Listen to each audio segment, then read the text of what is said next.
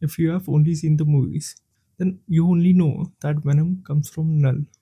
All the symbiotes are created by Knull. But what do you exactly know about Knull?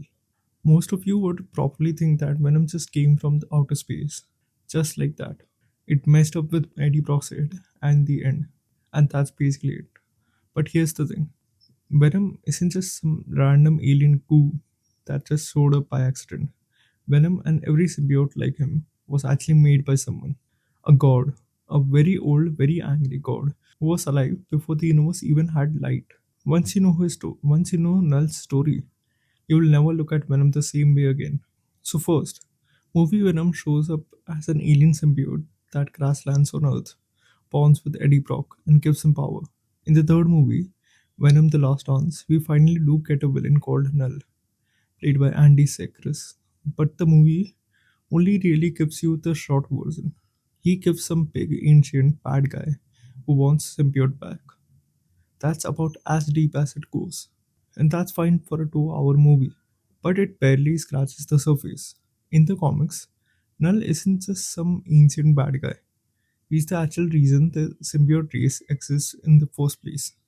And his backstory goes back further than you would ever guess. Wait, he's older than the universe? Okay, here's where it gets good.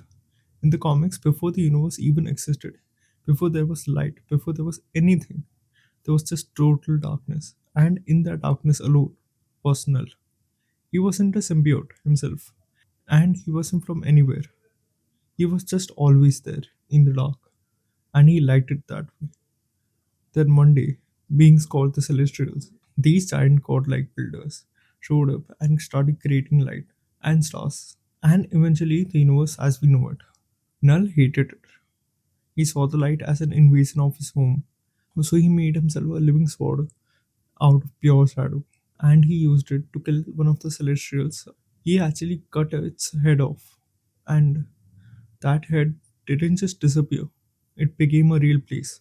A location fans of the movies might already know without realizing the connection. Nowhere. The floating space station the Guardians of the Galaxy hang around later on. Then Null took the raw power left over from that kill and used it to create the first symbiotes. This is literally why Venom exists. So, this is the part that changes how you see Venom completely if you have only seen the movies. The symbiotes weren't some random alien species that evolved on their own planet somewhere. They were built on purpose by Null as weapons. His plan was to use them to wipe out all light in the universe and take it back to the way things used to be, back when it was just him, alone, in the dark. The symbiotes did what he made them for a long time, but eventually they got tired of being his weapons.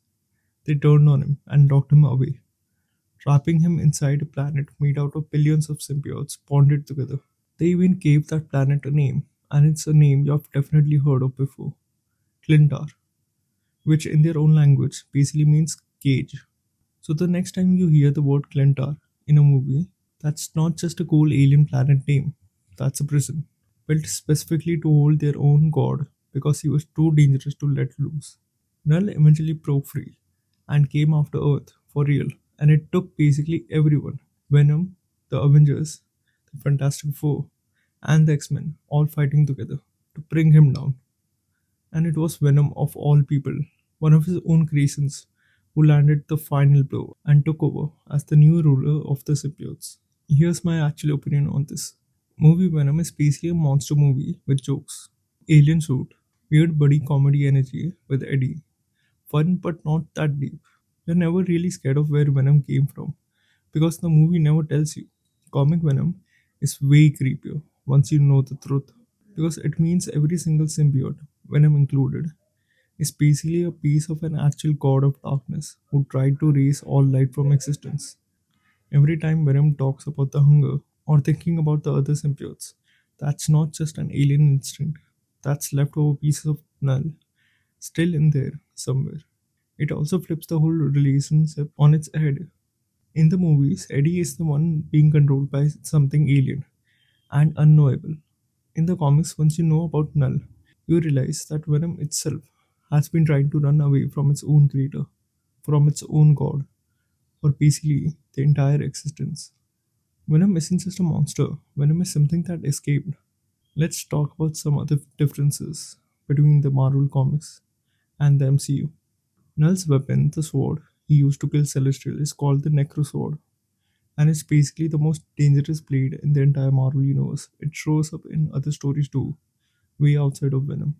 Every symbiote, not just Venom, came from Null. Carnage, Toxin, every single one of them. They are all technically fragments of the same original darkness. Null genuinely hates light itself, not heroes, not humans specifically. His entire motivation is bigger than defeat Spider-Man or take over Earth. He wants to raise light from all of existence, everywhere, permanently. The big battle where heroes finally take him down, called the King in Black in the comics, is a much bigger universe level event than anything close to what's shown in the movie so far. The movies gave you a costume. The comics gave you a god of darkness who's been alive since before light existed. And Venom is basically a small piece of him that got away. If you want me to keep going down this path, next time I could do the full King in Black story or break down another Marvel or DC villain in the same way. Drop it in the comments below and I might make it the next video.